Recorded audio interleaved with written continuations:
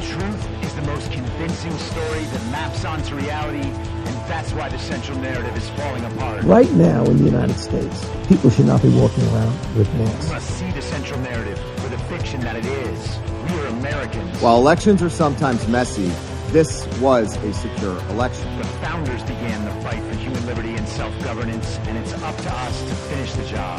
I'll tell you what, we are in a truth emergency right now. This is the end game.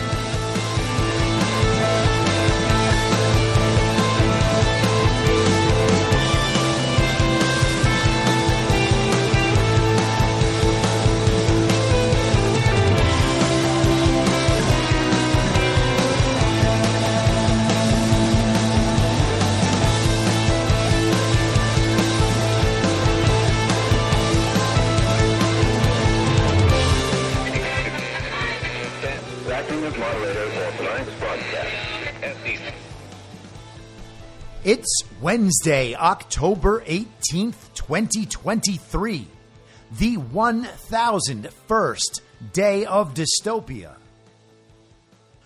I'm your moderator, Chris Paul. Let's be reasonable. A warm welcome and hello to all of you listening to the podcast on the day of its release. The only way to do that is by becoming a paid subscriber at imyourmoderator.substack.com. You can do so for as little as $50 a year or $5 a month. And in doing so, you will be supporting me, the work I do, and this show as it expands. And if you can't or you simply don't want to, continue listening to the podcast for free a couple days later on a wide variety of podcast platforms and, of course, Rumble. All I ask is that you share it with your friends. You can find the links to the podcast, the writing, the social media, and the merch site by visiting linktree.com/I'mYourModerator. Now, yesterday, I took the day off from the podcast, as I said, to cover the vote in our U.S. House of Representatives for the Speaker of the House. I did the same thing today, although today I'm making an episode. Yesterday, they started that whole process a little later and obviously finished a little later, and we kind of didn't know if they were going to come back in the afternoon. The early indication was that they would. We thought we were going to go live again. We may end up going live again today, in which case I will pause recording, go live, and then come back to this. And hey, by then, the things that I say now might have already changed, but we're going to go with what I know now and correct on the fly if that happens.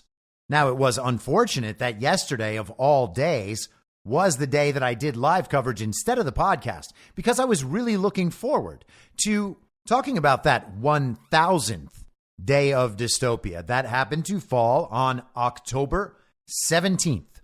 1000 full days of Barack Obama's third term as served by the half-dead, demented, degenerate, ventriloquist dummy, fake proxy president, Joe Biden, who is overwhelmingly compromised by the Chinese Communist Party, one of the most corrupt politicians in all of American history, and the father of one of the most despicable sons to ever walk the earth. That, of course, is Hunter Biden.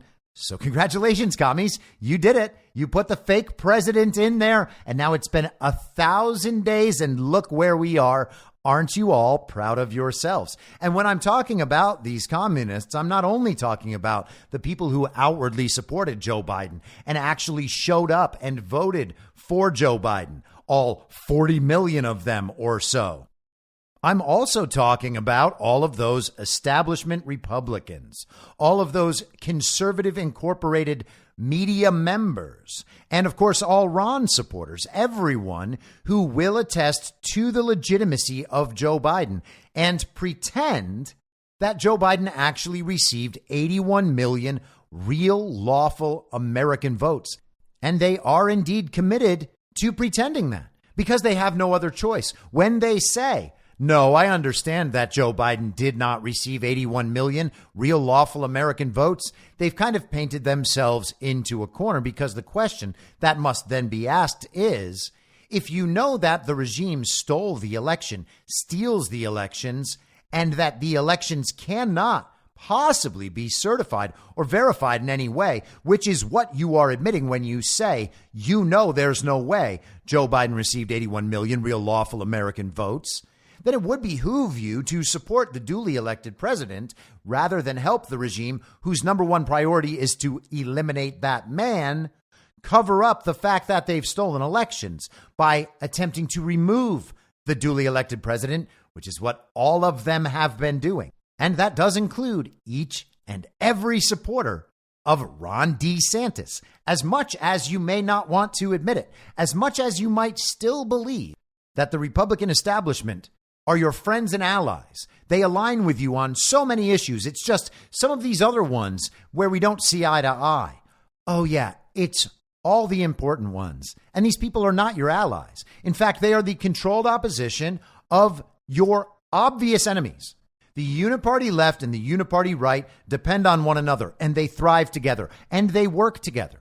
And we are being shown that once again this week as they align, not only on what's happening in Israel, but also on what must be done in the House of Representatives. They will eventually align on that because the Republican establishment, the uniparty right, has shown conclusively at this point that they have zero interest in aligning with MAGA to get a Speaker of the House. MAGA has all of the leverage in this situation over the uniparty right, and they will sell to the country that MAGA extremists are so dangerous, so irresponsible, and so stupid that they could not win the approval of a Republican speaker. So the responsible members of the uniparty right had no choice but to unite with the uniparty left and elect someone like Hakeem Jeffries, or I'll say it again, Liz Cheney. The possibility still exists. We might see her name mentioned. I obviously don't know that. This is pure speculation. But if you discount that possibility at this point, I cannot understand why. So yesterday we went through a round of the speaker vote. It had all the drama and mystique of the January speaker vote, except for the fact that it actually had none of that.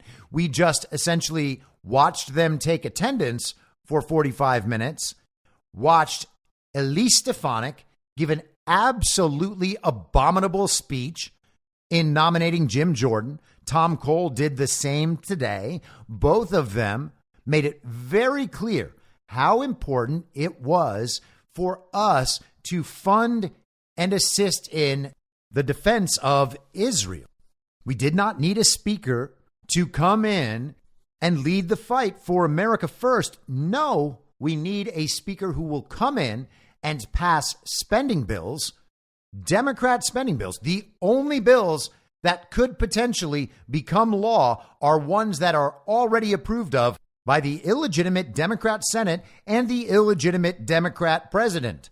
So, of course, they're not going to go in there and try to sell us on the idea that the America First agenda will be promoted and propelled by a Jim Jordan speakership. They know that's not possible.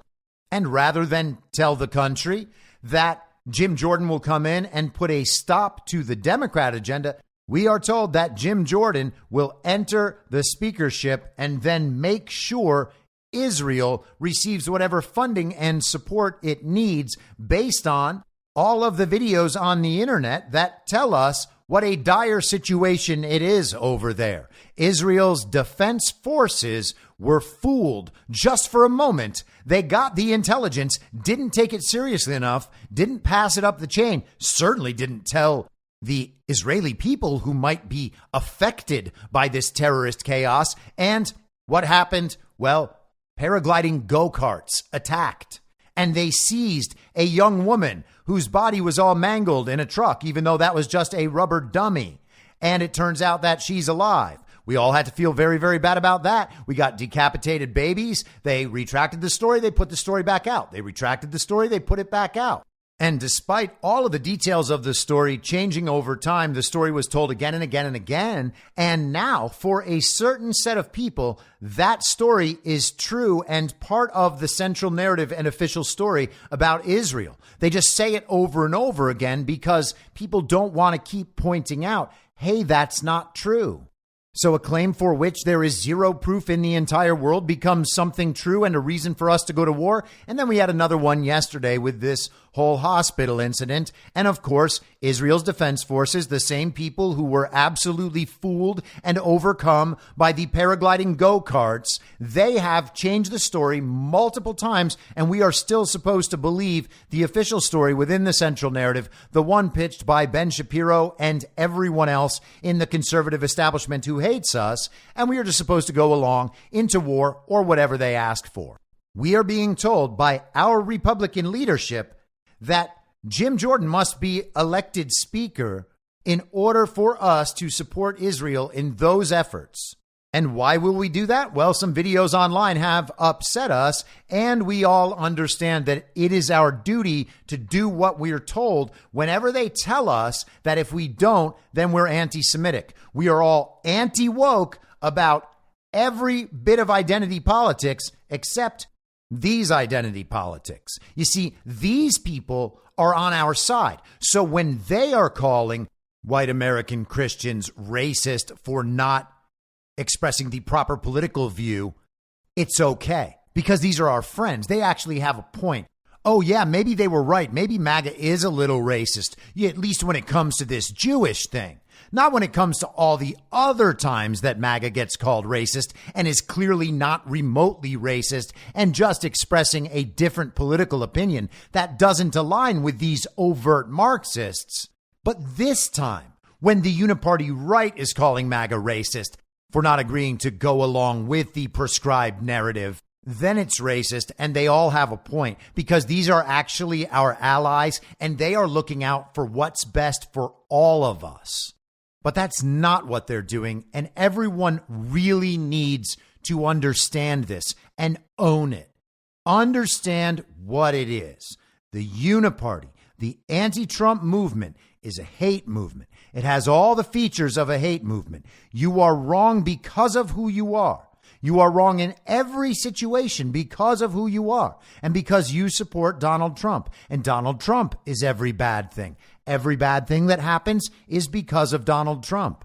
The vaccine they demanded and then took so they could travel is Donald Trump's fault for getting it out fast so that lockdowns would end. You see, it's Donald Trump's fault no matter what.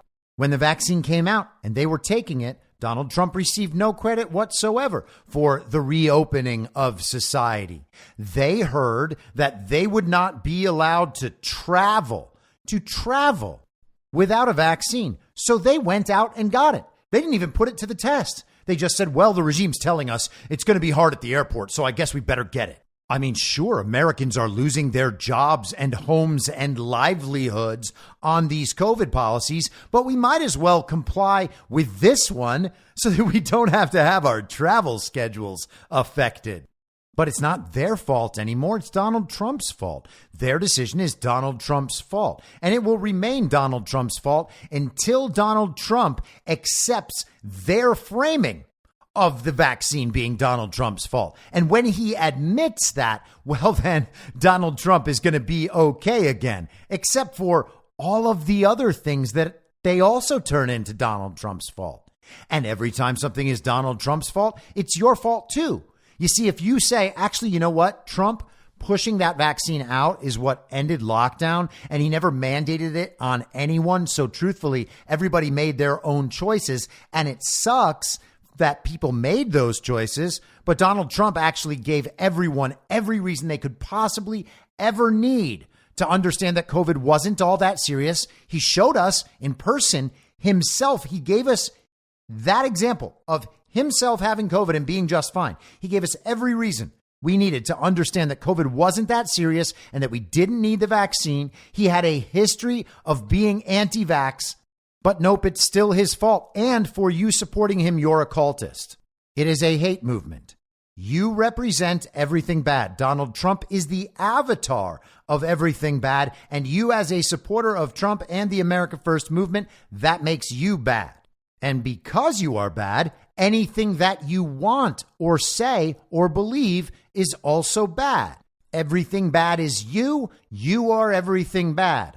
all they need to signal that they are one of the good ones to the other side of the uniparty, and this applies to both sides, is to talk about how much they don't like Trump and his supporters.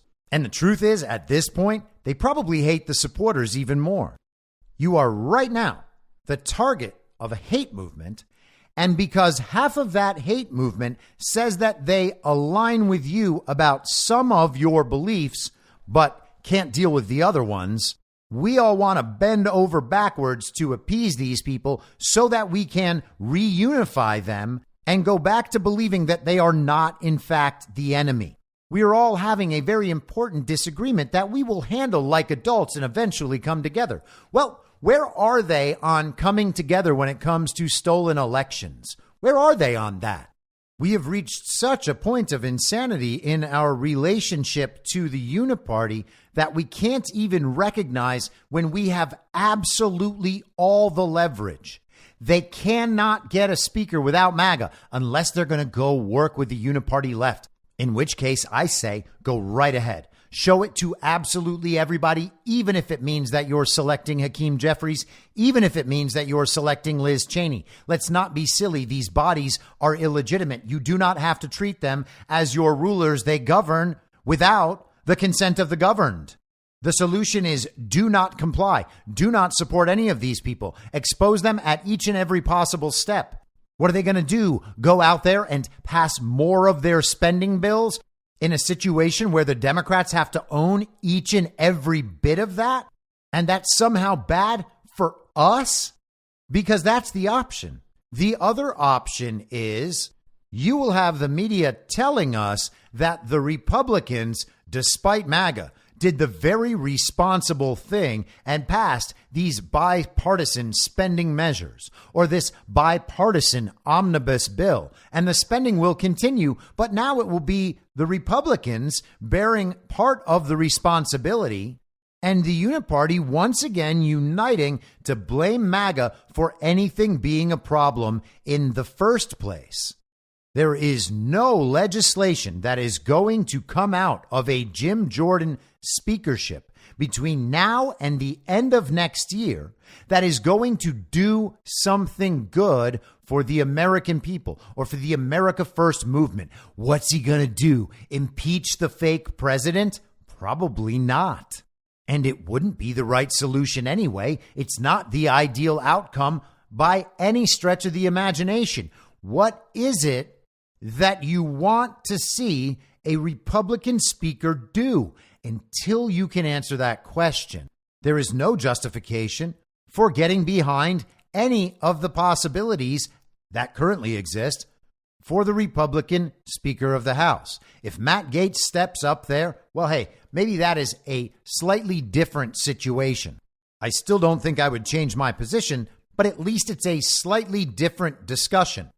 That's probably not going to happen, though, and it's not like the uniparty right, the rhinos in the Republican conference, are going to get behind Matt Gaetz and support him, and the same holds true of Donald Trump.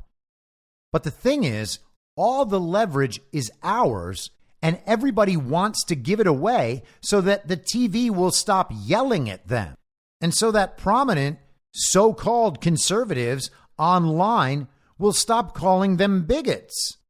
Why do you care what Ben Shapiro thinks about you? He's telling you every day that he hates you, and you still want his approval. You want the approval of the people at Fox News, the writers at Town Hall, all the Ron supporters, all those very serious normie Republicans who you have understood to be on your side. You need to realize they're not on your side. You don't have to do their bidding. When they tell you you're not being responsible, ask them what they're even talking about, because none of them know.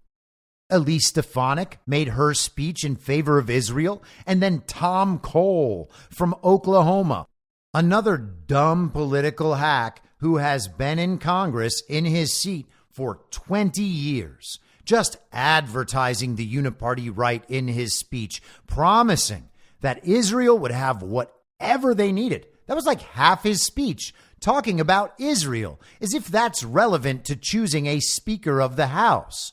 That's not America first. That is Israel first. And then the Democrat, Pete Aguilar gets up there and talks about how not only will Speaker Hakeem Jeffries fund Israel, he'll also fund Ukraine. And all of the Democrats clapped along. Chad Pergram of Fox News got some comments from Uniparty right member Mike Gallagher after the vote for Jim Jordan failed. Gallagher said, I kind of feel like we're members of a fire department right now. And like we're getting all these alarms of fires popping up all over the city. And instead of just hopping in the truck and putting them out, Israel, Taiwan, southern border, Ukraine, we're like arguing over who gets to ride shotgun and drive the truck. And I mean, we're a big tent party. I think that's a feature, not a bug. It's great to have disagreements out on the other, but there comes a point when the disagreement turns into dysfunction and paralysis. I fear we're getting to that point. So hopefully we can resolve this.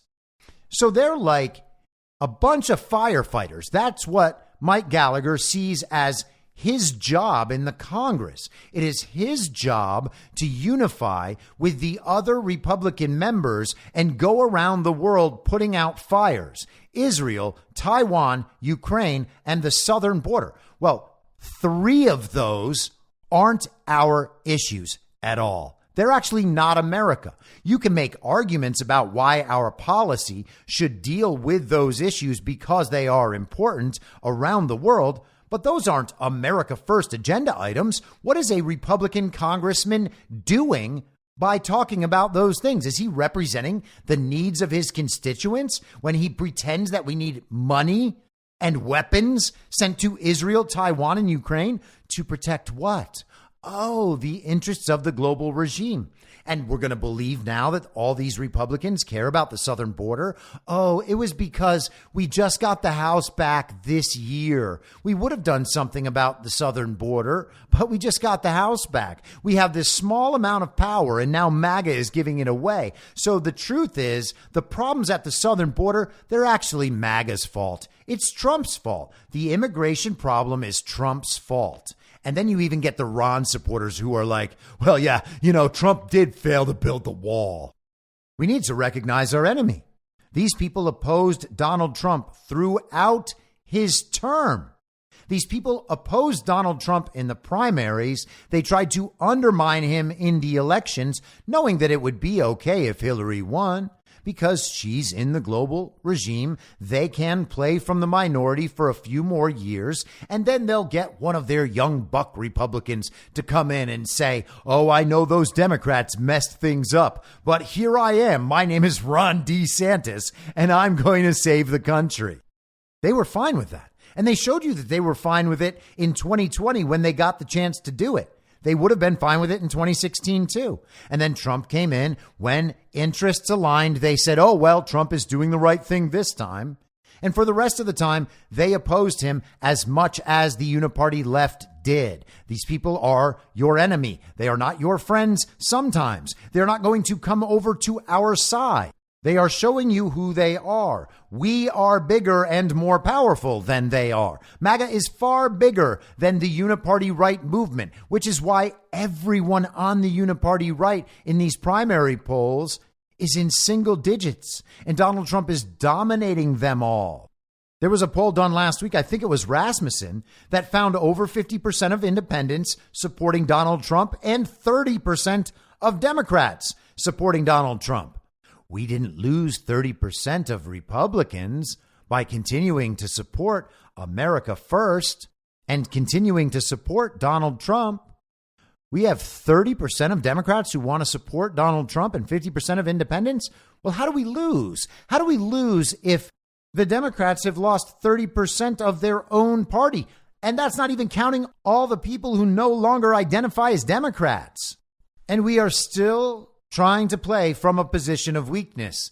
Does anybody understand that we actually do have leverage in all of these situations?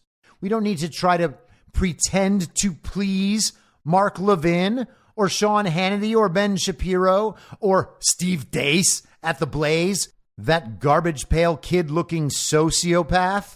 who calls us idolaters and just announced 2 days ago that he was going to be quadrupling down now on Ron DeSantis. Apparently going all in for Ron DeSantis wasn't enough. He had to double down for Rig D Meatball, and then he had to triple down for Booger Rob, and now he is quadrupling down on Ron DeSantis. This time, it's real. This time, we're going to put our shoulder behind the wheel and really get Ron DeSantis some support. But they can't do that. Their debates have no one watching. Ron DeSantis can't even beat the 6 duds on stage, much less Donald Trump, who doesn't even bother showing up because A, it's all fake, and B, even if it was real, he wouldn't have to. And we are still pretending that we are weak and scared of these people. Look at what happens to the Uniparty. If they go away from MAGA, if they decide there's no way they can unite with MAGA, and instead what they are going to do is figure out a way to work with some Democrats who they will call centrists and moderates, and then elect Kevin McCarthy or Liz Cheney or Hakeem Jeffries. They're going to come out and do that, and we're going to pretend that that is bad for us. What is our goal here? Is our goal here to try to win by these obsolete political terms as they've been described to us by the television for 2 or 3 or 4 or 5 or 6 or 7 decades, however long you've been alive? That's what we're going to do. We're going to win. We're going to maintain our Republican majority in Congress. What do you think happens if Hakeem Jeffries becomes the speaker? We are going to have Republican members voting along with Democrats to pass Hakeem Jeffries legislation, and you think that's going to hurt MAGA? That's going to out the entire Uniparty. And this is something we're supposed to be scared of, something that we don't want. Oh, they're going to blame us on television for making Hakeem Jeffries the speaker. Even though it was establishment Republicans who did it, and establishment Republicans who choose to vote for them because having a speaker is so necessary so that they can pass the Senate and Joe Biden's spending bills and help out Israel and Ukraine, and you think that's bad for us?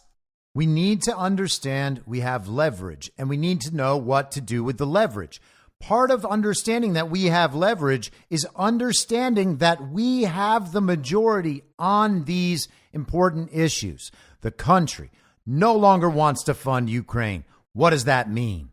Only 2% of the people have gone out and gotten this new COVID shot. Now, I know that we're not getting all the pressure that we did before, that nobody really believes this new wave of COVID is even happening, much less serious. So you can make all the excuses you want for why that's happening. But the truth is, a couple of years ago, we were told, if the statistics are to be believed, which they probably are not, but judge from your own life, we were told 75 to 85% of the American public went out and got that first round of vaccines. And now only 2% of people are going to get the new shot. That means a whole lot of people realized that COVID wasn't all that serious. And they started thinking for themselves rather than trusting the science and getting the shot, getting shots in arms. Only 2% of the people are on board with that. According to Rasmussen polling, for years now, over half, now over 2/3 of the country understand that cheating affected the outcome of the 2020 election. More people wake up to that reality every day, and more information continues to come out about the stolen elections all the time. There's information coming out right now in the disbarment trial of John Eastman. Rachel Alexander has been covering this, and she's on X at RACH_IC, Rach_IC on X. She's been covering this Eastman trial. She has been tweeting constantly as the trial goes on. She's kind of covering it in real time. I'll share a couple of them just so you understand where we actually are right now. In the disbarment trial of Trump's attorney, John Eastman, Kurt Olson, the attorney, is testifying about how expert Charles Cicchetti analyzed absentee ballots in Detroit in the 2020 election and found that 174,384 out of 566,694 did not have registration numbers. Look at that. nearly 175,000 unlawful ballots. She went on, still with Kurt Olson. She says Olson is testifying about one of the 2020 election lawsuits he wrote, where he said that there were thousands of extra votes for Biden in Detroit that were likely the result of election workers running ballots through tabulators multiple times, with Republican poll watchers obstructed or denied access and election officials ignoring poll watchers' challenges as documented by numerous declarations.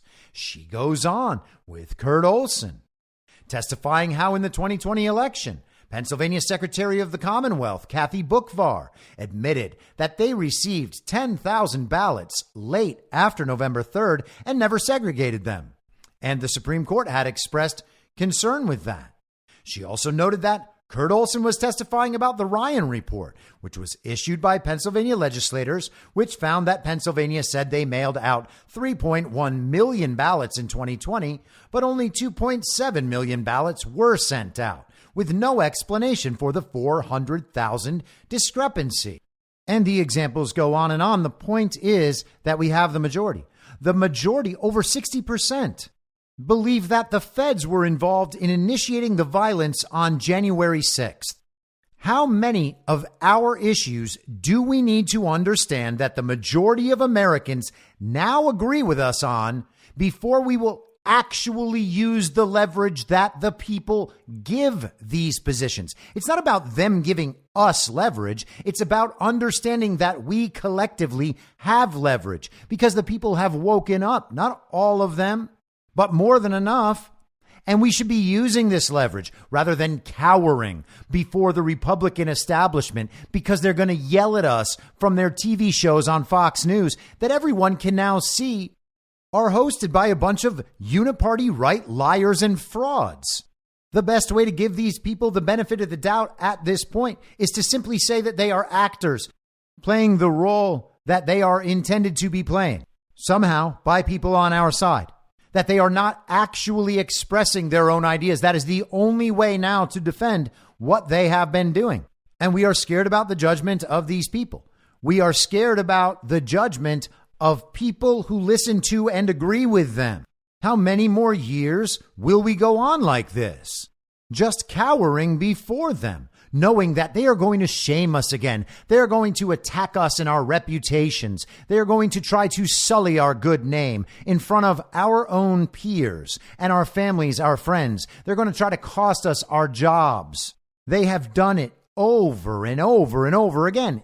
It's not just the Democrats who do that. It's the uniparty right as well. As long as we keep dividing things by D and R and assuming that because the R's are a little more like us, that means they're the good guys and we need to help them. We need to stop thinking and acting as though we are subjects and reverse that. We have the leverage. The people are on our side. These public servants should be serving the public. We tell them what to do, not the other way around. These are not our leaders. They are our representatives. They are supposed to go to Congress and faithfully represent the needs and wants of their constituents. They are not supposed to go there because we gave them the power to go there and then make whatever decisions they want as they get rich. That's not the point of all this. And we refuse to use our leverage. And why? Why do we refuse to use the leverage? Because we want to be told by systems of authority what it is we should be doing. We want to know that we are doing the right thing according to a system of authority. Fox News will tell us, oh, this is what Republicans care about. This is how we're going to fix the problem at the border. We're going to have technological solutions, and we are going to cut off some of these crossing points. Will it be a wall? Well, no, maybe it'll just be a technological wall. And what they mean is they're just going to send drones up there and they're going to put in more tracking devices on all of the people they let in. And they will just keep pushing their slave trade along. And we'll just pretend, oh, well, you know what? That's the most help we can get. Sure, they're still allowing the invasion in our country. But did you see that they spent $70 billion on drones? Which is always especially funny because they really probably spent about $1 billion on drones and then took the other $69 billion and just distributed it as they saw fit. We are told by these people that they have some ultimate plan. We're going to do these things that will fix the problems a little bit. And then what we need is for you guys to give us all your money and spend all your time getting us back into office so that we can fix things a little bit more. And hey, in 20 or 30 years, if you guys keep doing exactly what we tell you to do, we might have that border problem slowed down a little bit. And they assume because they have control over the means of information from Fox News and the leading producers of trans content at the Daily Wire and the National Review and the Blaze and Town Hall and all of these outlets supporting Ron DeSantis, they're all going to tell us what the plan is, and we need to get on board and help them push their plan forward. They're not going to get on board with our plan. They say, hey, what's your plan? And if we can't describe to them perfectly a plan that will fit in with their understanding of the world, well, that means we don't have a plan and we can't be trusted. Hey, you know who can't be trusted? The people who tell you that we need a Speaker of the House so that we can fund Israel and Ukraine. Those are the people who can't be trusted. And truthfully, nothing should possibly be more obvious. We don't need a plan. We need to make decisions that are best for America as we go along, because we are learning about all of these processes. We are understanding what these people have done to us and done in our name, and we are figuring out how to unwind those things. But that is a process that we can simply engage as we move forward. If we want to be self-governing, well, then we need to figure out how to self-govern. What we don't need to do is assume that that is too hard, so we should just give all the decision-making power again back to all the people who hate us. It makes me think of college. I left for college. Maybe some of you did not go to college. You just went out into the working world. But I think that you can probably relate to this experience. It is true for pretty much all college kids. And I've seen it be true for plenty of young people who are living out on their own without their parents for the first time. One of the most basic issues they run into is being confused about how to feed themselves. They can get to Taco Bell and buy Taco Bell. They can take themselves out to dinner and spend money. They might be able to make ramen noodles, and some really advanced ones might be able to cook for themselves, but largely don't. Regardless, no one is telling them how to eat or preparing their food for them or regulating their meals and their consumption in any way. And a lot of people go out and they get what's called the freshman 15 because they don't know how to self-regulate. They go, all the food is just there in front of them. They eat whatever they want, all the variety, all the desserts, all the sodas, whatever it is. And they put on weight because they don't know how to feed themselves properly. And yes, obviously, I understand that it's not just them who do that and that we all go through phases. I myself gain weight sometimes. But the point is they get out there. They don't know exactly what to do. No one's telling them what to do. They've got to figure this thing out on their own for the first time. And it takes them a little while to adjust and see what it is that actually works. Know what their cravings are. Know when they have to exercise willpower. Know what makes them feel better and what makes them feel worse. It's a process of learning. You don't have the authority figures telling you what to do. And for a little while, things go a little haywire. And hopefully, out of that relative chaos for that period of time, out of that emerges a better understanding about how you have to go forward. And you begin learning some skills that will guide you throughout your life. You don't have to just keep learning it over and over again. You eventually understand what you're doing, and you just do that. Now, you can say up front, well, no one's ever going to want to go through that kind of chaos. And you might be right. No one wants to put on weight because they don't know how to feed themselves. They don't know how to be responsible about their eating. But your only other choice is to constantly obey authority. And if you want to be an adult who makes decisions for yourself, you have to go out and experiment and make some mistakes sometimes so that you can learn and grow and move on. But the point is, you are the one making the decisions and you are not relying on authority. We can figure these things out for ourselves. That's what many Americans have been learning to do over the last 3.5 years, and I include myself among those. I didn't have all the answers. I don't have all the answers now.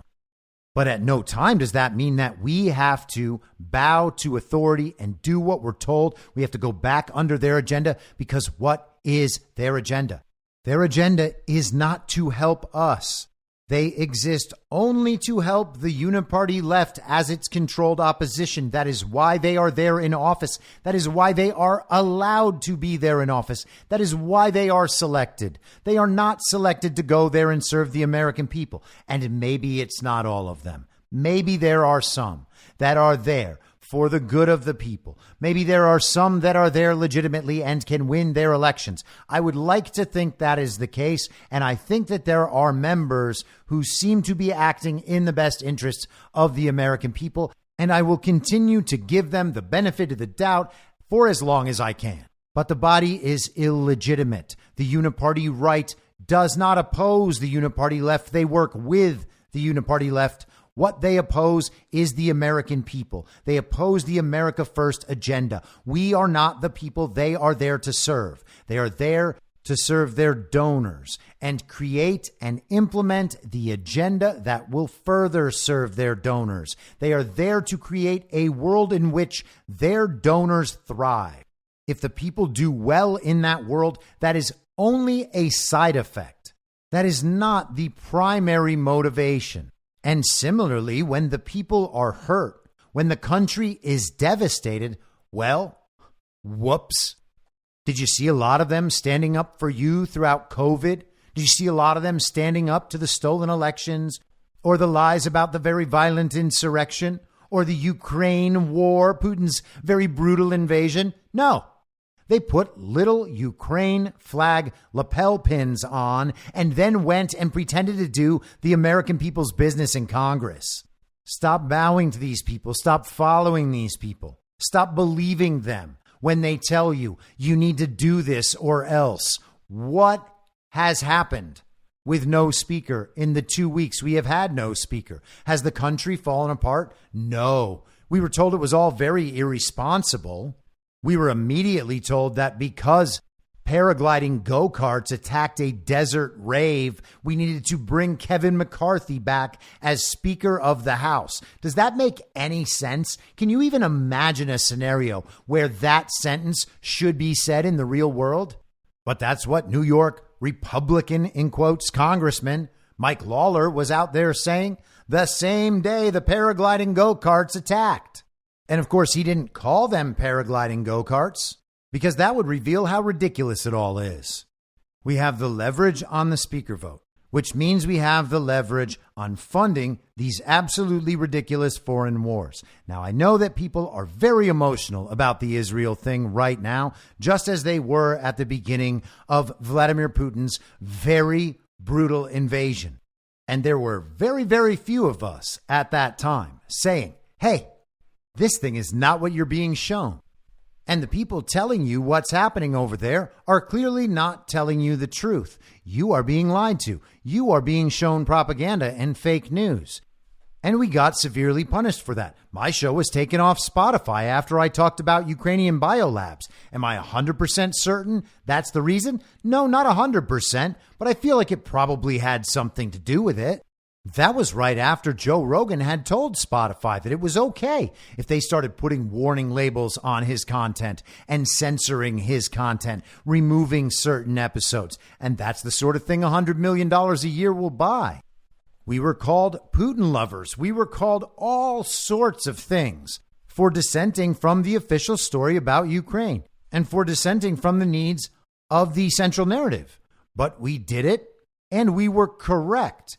And it actually does matter quite a bit that we were correct, because standing our ground and pushing what we knew to be true over time is what allowed others to understand that it was true and that they could be okay if they were talking about it.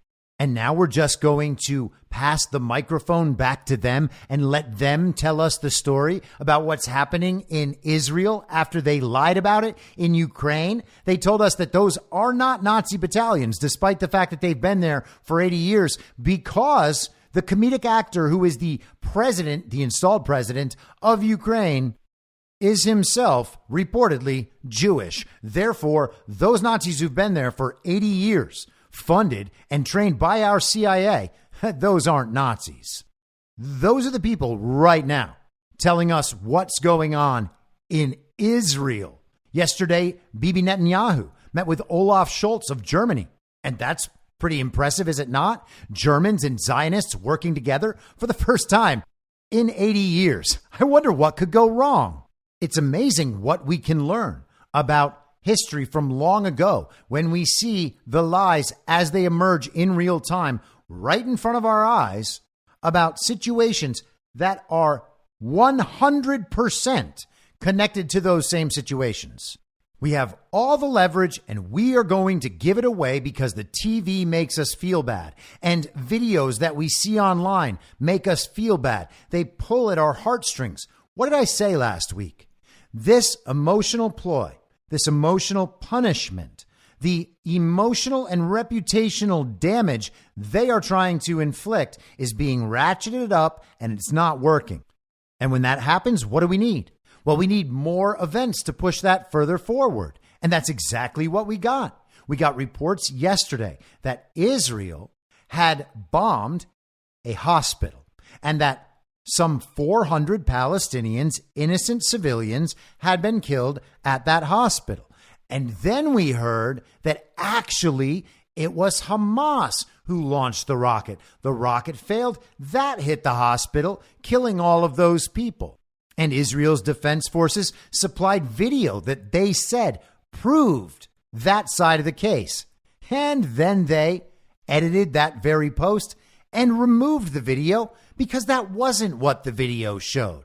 But then later they confirmed the story again and retracted it again and confirmed it again and retracted it again. And we're just going to go on pretending it's true. Now, did Hamas fire rockets? Did one of them fail? Did one of them land on or near a hospital? I don't know. I can't possibly know. And I'm not pretending that Hamas are good.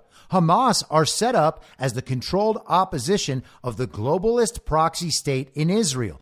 We cannot conflate Palestinians with Hamas, no matter how many times the Ben Shapiros of the world tell us that we must because the Palestinians voted for Hamas.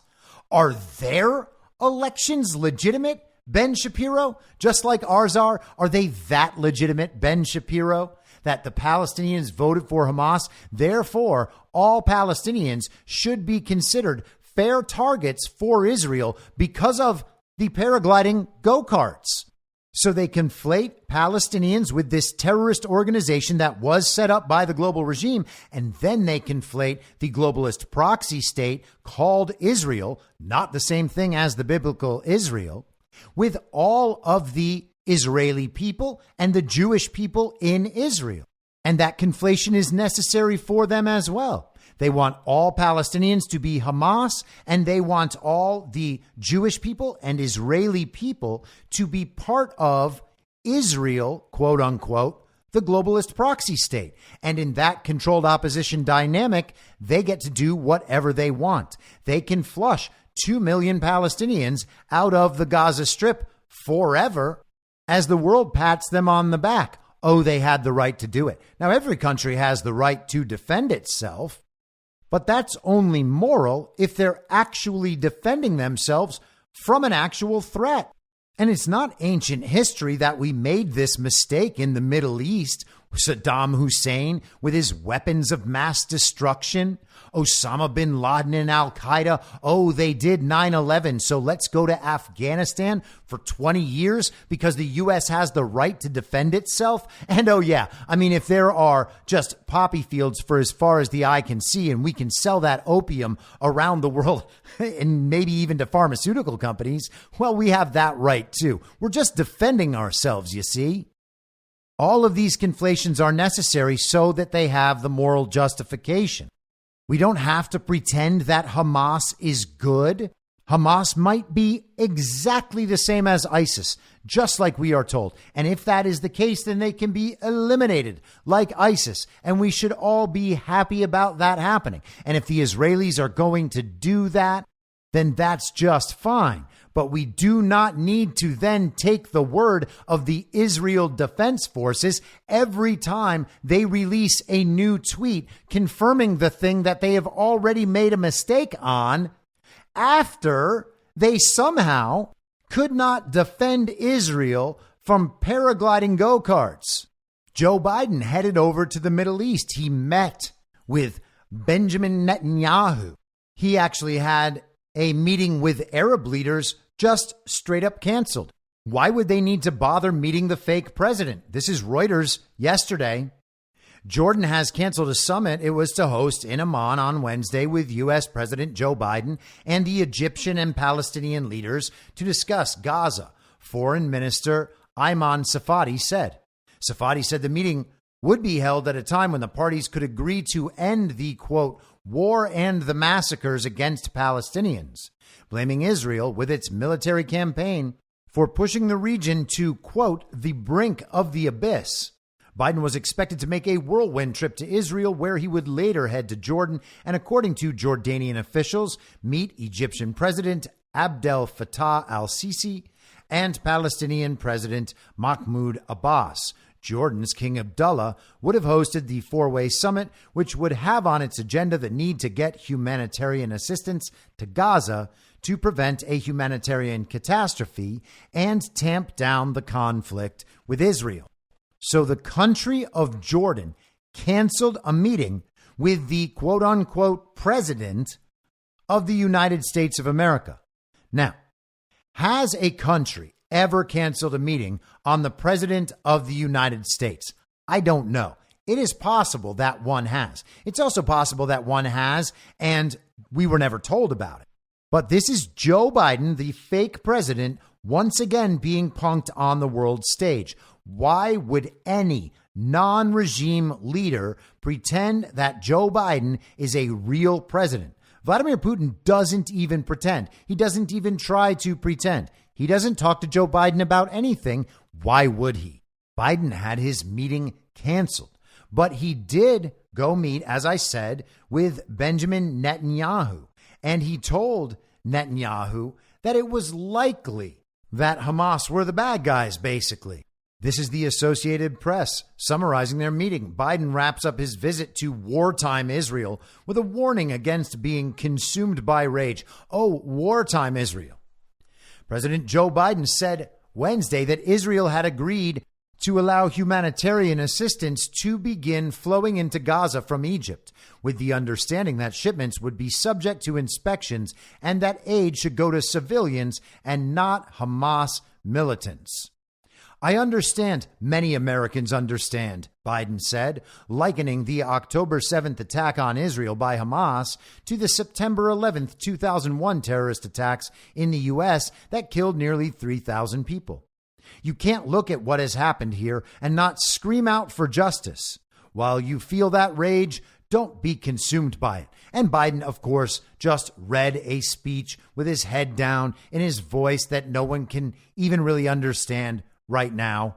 The entire thing is such a preposterous embarrassment that should be primarily shared by all those who put him in office. And of course, I am talking about the Republican establishment and each and every Ron DeSantis supporter. Biden went on, based on what I've seen, it appears as though it was done by the other team, not you, Biden told Israeli Prime Minister Benjamin Netanyahu during a meeting. But he said there were a lot of people there who weren't sure what caused the blast, which sparked protests throughout the Middle East. And they're talking about this hospital bombing that no one can prove, but that neocons and Ron supporters are absolutely certain was Hamas bombing themselves. Because obviously Israel would never do anything bad, at least not intentionally. I mean, yes, they knew that Hamas was going to attack them and didn't stop it at all, but they would never do anything bad intentionally. After the formal part of their exchange, Biden and Netanyahu, Joe Biden also had this little exchange on a hot mic. They don't give up. They don't give up. Nothing changes. Same in Washington. So that is Bibi Netanyahu saying to Joe Biden, don't give up, don't give up. Joe Biden says nothing changes in Washington, same thing. And Netanyahu says same thing.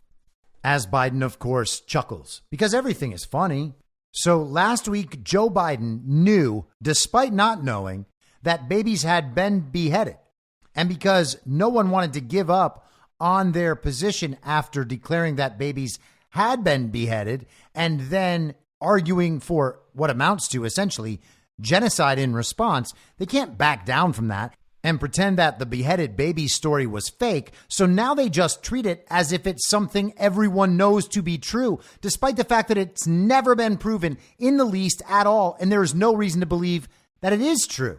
They're doing the same thing with this hospital thing. Joe Biden last week knew that the beheaded baby story was true.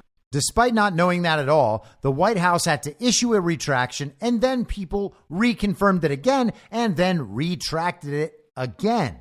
Now Biden says, despite not knowing again, that it was the other team. That was his very presidential statement, the adults being back in the room and all. And this is what we are told we must go along with.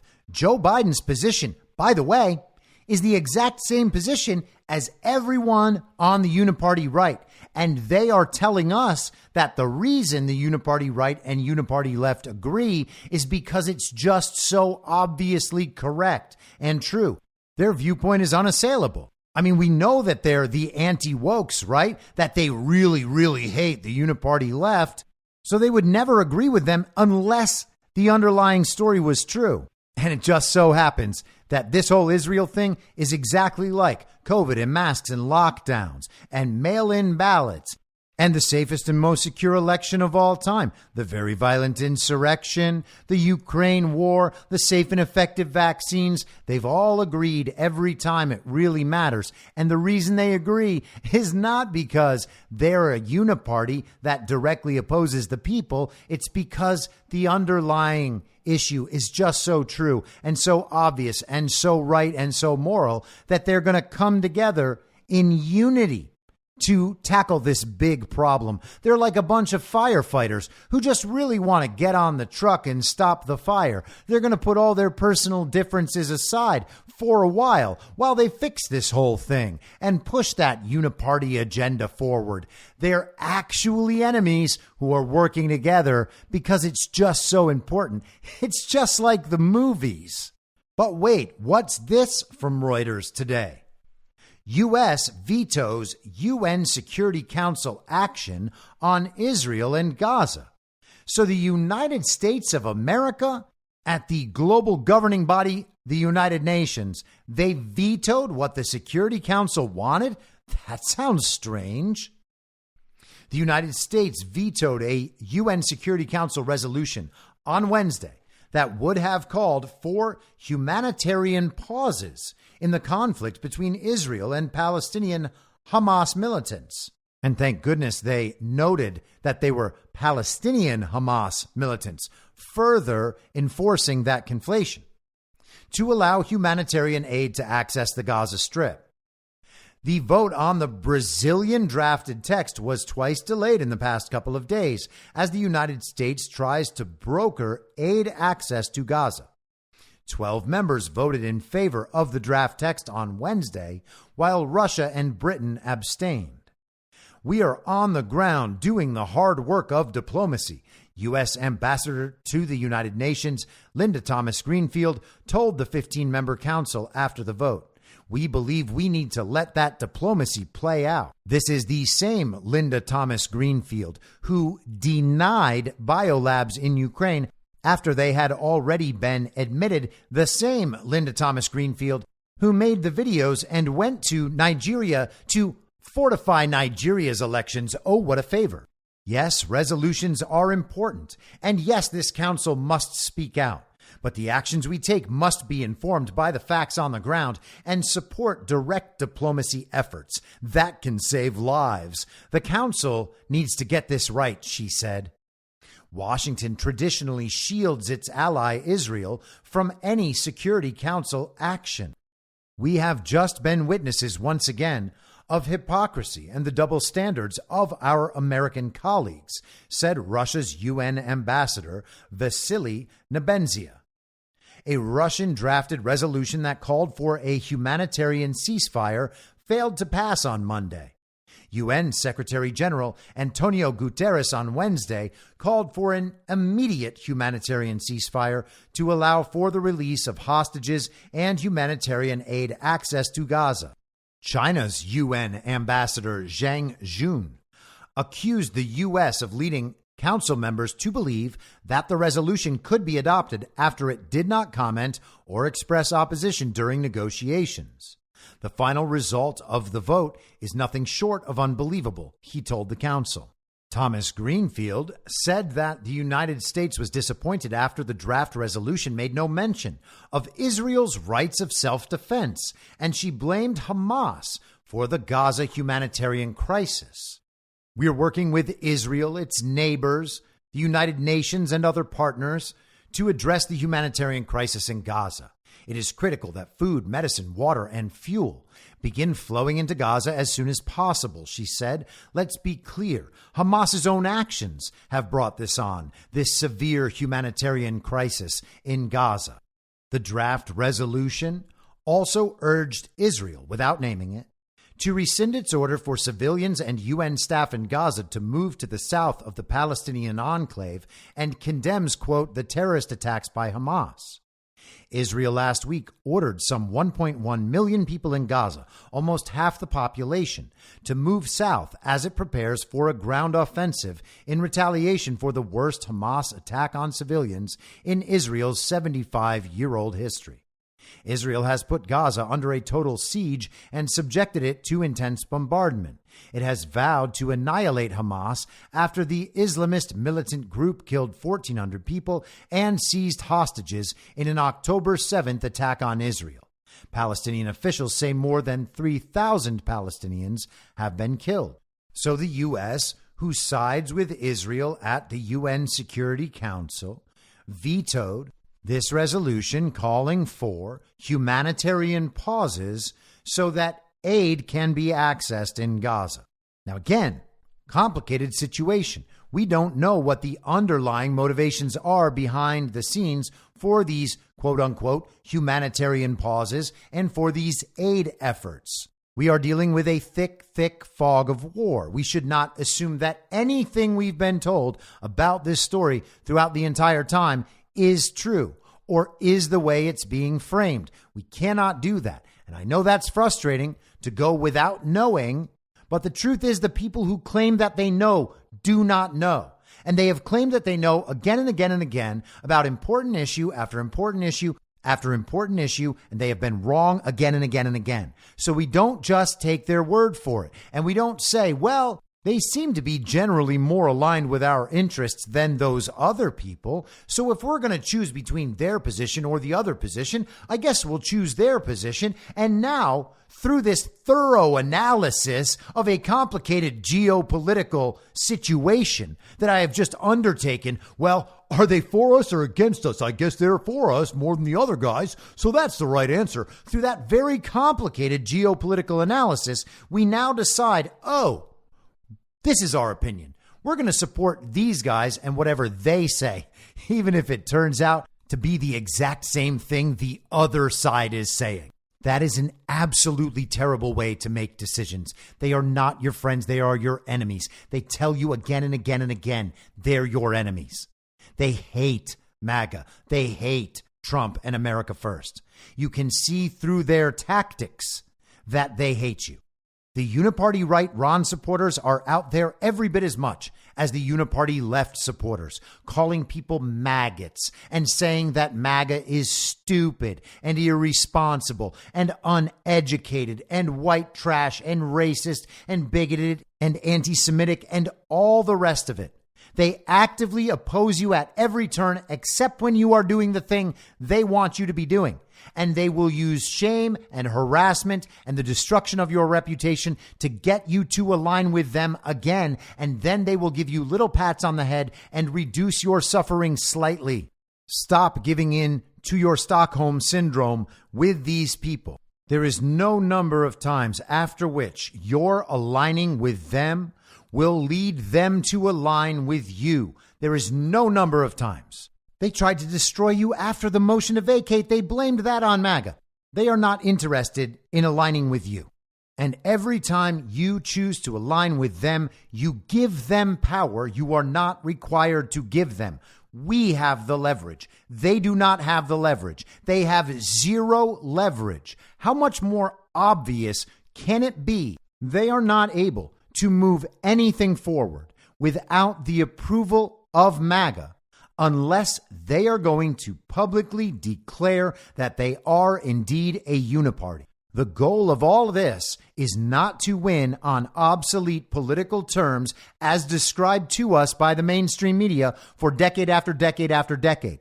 The goal is to achieve a mass population-wide awakening across America to mirror that awakening that is happening across the entire world. And when that happens, the people will seize back control of the government. We do not need the Republicans to win, especially when the Republicans don't even represent us. When we declare our support for these faithless representatives who serve illegitimately and know it, representing the opposite of the interests of their constituents and the opposite of upholding the Constitution that they swore an oath to uphold, we hand over to them the power to continue doing it. All we need to do is not comply. We have all the leverage. They can't move forward without the help of MAGA and America First unless they want to declare to the world that they are indeed a uniparty. Nothing will propel the awakening faster than that. Now, last night, Burning Bright and I did our weekly show, Badlands Story Hour, and we did it on the movie V for Vendetta. And during our discussion, I talked about how reality is created right now and how we should recognize reality being created because it's happening in front of us. In full view, all you have to do is notice. Here is what happens. Someone has control over the information, and they will distribute their story about reality. And because they have control over the means of information, they will create an understanding in the collective consciousness, the mind of the general public collectively. And once everybody agrees the same set of things, or largely agrees to the same set of facts, to a common understanding, then they will collectively create an actual empirical observable reality around them as the product of those beliefs.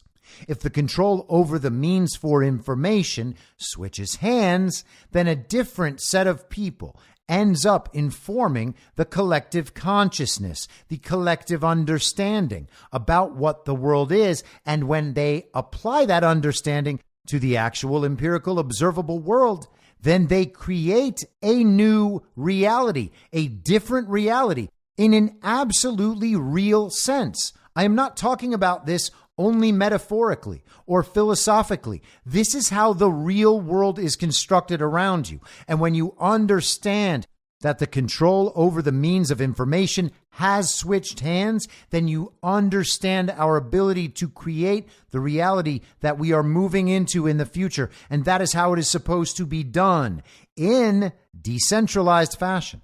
It doesn't mean that we have seized control over the means of information and we are going to give it to some other centralized body. We have taken it away from the people with the little D's next to their name and given it to the people with the little R's next to their name. And now they create reality because they're doing it for us. That's not what it means at all. It means that control over the means of information was seized from the centralized and centralizing authority and then redistributed in decentralized fashion to everyone who wants to participate. It's not that we give each and every person the same equal amount and make sure that someone is speaking for each one of them. It's that we have decentralized something for which there is an infinite supply and everyone will participate to the extent that they want to and are able to. And as we do that, the people who are willing to participate and willing to put their ideas out there and interact with other ideas, shaping and forming the public consciousness and the collective mind, those are the people who are, in a literal sense, writing our future reality, and nothing could be more important. You are supposed to be the author of your own life. And beyond your own life, you can author other things, and you are supposed to take the responsibility on to do that. And you should have some objective, principled, moral sense about you, which is why religious beliefs do eventually come into play. It is our moral duty to be involved in writing our own life, and to the extent we can, or the extent we want to, or the extent we believe it to be moral, we participate in the writing of the collective future reality because we are helping to form the collective mindset. We need good and conscientious people trying to do that, seeking truth, having principles. That is how the reality is formed. We don't give away or delegate our authority to do that because someone has an R next to their name and we are told that we, or people like us, voted for them. We do not have a responsibility to them. We do not have a responsibility to allow them to govern because that is how they describe their constitutional role. They have the authority to govern insofar as they are the legitimately elected representatives of the people and faithfully doing the people's work. Otherwise, they not only do not have a responsibility to proactively govern, they are violating their constitutional oaths by participating in the first place. They are there without the consent of the governed. We do not need to allow them to install a speaker. We especially don't need to allow them to install a speaker so that they can spend money on foreign wars that they can't even be honest about or convince anyone that the stories they're using to justify their positions are even true. They're not able to do that. We have all the leverage. Why would we give any of it to them? These people are groveling and begging with the tone of demanding. And because we don't like to be spoken to in that tone, we are backing down to the people who are begging us to save them. As awake as we are, as awake as we can be, we have not figured out our way out of all the total inversions that have been brainwashed into us over time. These people are in no position to be demanding anything.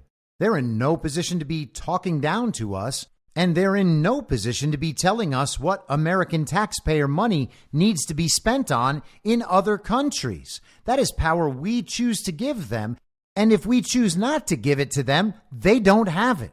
Why would we give it to them? It is our responsibility to create this reality. We do not look to systems of authority to tell us what to do. We cannot continue to proceed down that path. And if that is what people want to do, then what was the point of any of this? Now, I can speak for myself and probably many of you, but maybe not all of you. We collectively allowed the country to get to this point. If we want to fix it, it was never going to be easy. All that's being asked of you is to withstand the hate campaign that they are waging. If you need to get out, get out. Turn off social media, turn off the TV. But you don't comply with these people just because they show you videos that make you afraid and confused and they say mean things about you. Donald Trump cannot fight all your battles. We have to stand up to these people. We have to be able to say no, to tell them no, to declare to the world that these people are lying again. These important times, these important issues, that is not when we are supposed to shut up and back down to these people. These are the most important times for us to stand up and tell them and everyone else exactly who these people are. Now, you may be familiar with a man named Alexander Dugin. He is a doctor of sociology and of political sciences. He has a PhD in philosophy. He is the founder of the Russian Geopolitical School and the Eurasian Movement. He is widely considered to be the philosophical inspiration for Vladimir Putin. He is, in some sense, the Steve Bannon of Russia. I believe that Steve Bannon is the philosophical leader of the MAGA movement, the America First movement. And I believe that his thinking has a lot of influence on where Donald Trump is directing things. It seems to me like Alexander Dugin is in some sense a parallel to that model in Russia for Vladimir Putin. He posted this on X, formerly Twitter, today, and this aligns with what I was saying last night on Badlands Story Hour. The global information war is now in full swing. Several versions of reality are clashing with each other more and more openly. Societies and individuals choose for themselves which reality to believe in, and then they live in it. If we consider the old way, in the spirit of classical materialism, there is only one reality. Only its descriptions and interpretations differ. That's why they presume that some people lie and others tell the truth. The roles can change. The whole question is whom we believe in such or such circumstances. But that's not the case. Reality itself, as phenomenologists and structuralists know, is a product of human consciousness. There is no reality outside of it, and the residual, purely external elements are not charged anymore with being or meaning. Therefore, in the information war, it is not just interpretations that collide, but the facts themselves. There is more than one reality, as many structures of consciousness, collective of course, as there are realities. Not only evaluations of the facts, but the facts themselves. Materialists and people staying far from philosophy are not ready to accept this. Their belief in a reality independent of consciousness is unshakable, and so long as it is so, they will remain victims of information warfare, not those who are its masters. Consciousness creates reality. In the unipolar globalist world, only one consciousness is recognized by default: liberal and Western. It is this consciousness that constructs reality, not only what is good and what is bad, but what is and what is not. Multipolarity is an act of asserting the sovereignty of other consciousnesses, different from the Western, which means that reality itself becomes polycentric. That means many multiple centers. Information constitutes what we perceive as being. That is why neither the military nor journalists should be at the center of information warfare, but first of all, philosophers. Sovereignty is first and foremost a question of the mind. Sovereign is the one who is the independent and final master of the construction of reality. And that is an amazingly powerful statement and extraordinarily well put. This is what I have been talking about for years now. This is exactly what I wrote about in my series, A Story About Reality, which I posted the audio for in the podcast a month or so ago. We have been convinced over time, we have been brainwashed to believe by the regime that there is one reality as they describe it. And anyone who does not agree with their description of reality is therefore wrong and crazy. And if they're able to convince other people that they are correct, then they become dangerous and must be dealt with. Well, now we are seeing what happens when enough people realize at the same time that all of that is a trick and they refuse to go along with it. This is an existential crisis for the regime. And this is why I focus almost entirely on this understanding of reality and this as a lens through which we can observe and interpret events.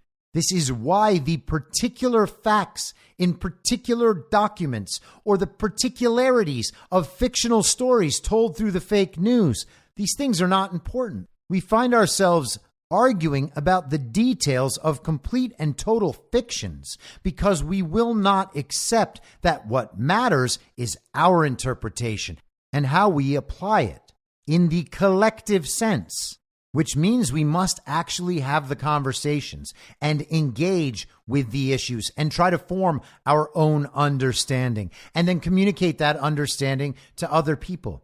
It's not enough to show up at the voting booth once every 2 years or once every 4 years, or maybe you go to the primaries too. especially when the elections aren't real. Everyone wants the benefits with none of the risks. And the truth is, the risks go down and disappear into nothing when everyone participates and when everyone is willing to dissent. This is our leverage. This is our ability. We cannot just give it away because they tell us they need to be able to govern and do the work of the American people. They cannot do any work for us. And they tell us what work they want to do. They want to spend American taxpayer money. What they want to do is create money out of nothing. They want to ask the global regime bankers to create money out of nothing. And that money will be valued on the back of the indentured servitude of continuing generations of Americans. And they want us to consent to all of that because they will tell us that we are racists and bigots otherwise. And they promise to ease our suffering if we do what they say. But they won't ease our suffering because it's a hate movement. They will just increase our suffering again next time they need to seize more control, next time they demand our consent. And very likely we will surrender once again because the people do not want to take responsibility for the fact that the choice is actually ours and reality is ours to create. We have all the leverage and we will give it away as what? A favor to the people who hate us? A product of our Stockholm syndrome and our inability to leave the control of our captors? What is everyone so afraid of? They're going to go to war? They're going to ruin our lives in some way they haven't tried to ruin them already. They change the value of our money and poison us and convince us to convince other people to poison themselves. What are you afraid of? They're going to shut off your money? Yeah, that'll suck. But we know the system's collapsing anyway, and they're changing the value of our money on the fly. What are you so afraid of? The war is going to come here to our soil, and what? You're going to die of a bomb? Instead of the next time they poison you? They have a depopulation agenda, and they try to destroy your life every time you fail to agree with them. These people hate you. Understand it. Deal with it. They are very small in number. They are very stupid. They are very incompetent. As soon as the people decide to take control, the people will have the control. It is that simple. These people do not run your life. As soon as you understand that in full and what it means that you need to run your own life, then you will have all the power back. If that happens collectively, the situation ends. When everyone wakes up, the nightmare ends. Nothing could be more obvious. And still, after 1,000 days in this dystopia, people won't come to terms with it.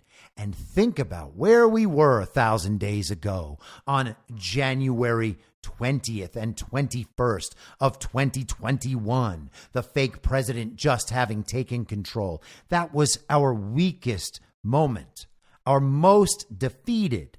And where are we now after 1,000 days? People thought, oh, we can't survive that long. Still people say it. We're not going to make it to next election. Oh, you weaklings. 1,000 days in this dystopia, and we are more powerful than we were 1,000 days ago. We are more powerful than we were yesterday or last week or last month. And they continue to try to tell us that Donald Trump can't win. They call us irresponsible and stupid and bigots while we roll them again and again and again. You have been shown for 2 straight days that these people cannot do anything without your help unless they want to reveal themselves to the world. Which of these brave establishment Republicans will be the ones who go out there and declare to the world, yes, world, I am part of the uniparty. Look at me in all my glory. I know my voters are going to hate me for absolutely betraying them in front of the world. But the good news is I have a lobbying job waiting for me. You have made it through 1,000 days of this, and you're gonna give up because Ben Shapiro says mean things about you, and because the congressmen tell you that they really need to go back to governing. All of it ends when you decide it ends. So simply decide it ends. I'll be back tomorrow at the same reasonable time on the same reasonable podcast network, unless we have a long day of live voting for the speaker. We are going to be continuing to cover that on Badlands. So if I do that and it takes up too big a chunk of my day, then I will only do that and I will see you Friday. But otherwise, tomorrow at the same reasonable time on the same reasonable podcast network, I don't have a network. Masks and lockdowns don't work. They lied to you about a pandemic, and Joe Biden will never be president. In my mind, that's the end game. If you're listening to this episode for free, you can support me and support the show and the work I do by signing up for a paid subscription at imyourmoderator.substack.com. You can do so for as low as $50 a year or $5 a month. Comes out to under $0.25 per episode, and you'll blast right through the paywall for all of the writing. The merch store is www.cancelcouture.com, and you can find everything else by heading to Linktree, linktree.com/I'm your moderator. And I'll see you soon out on the range.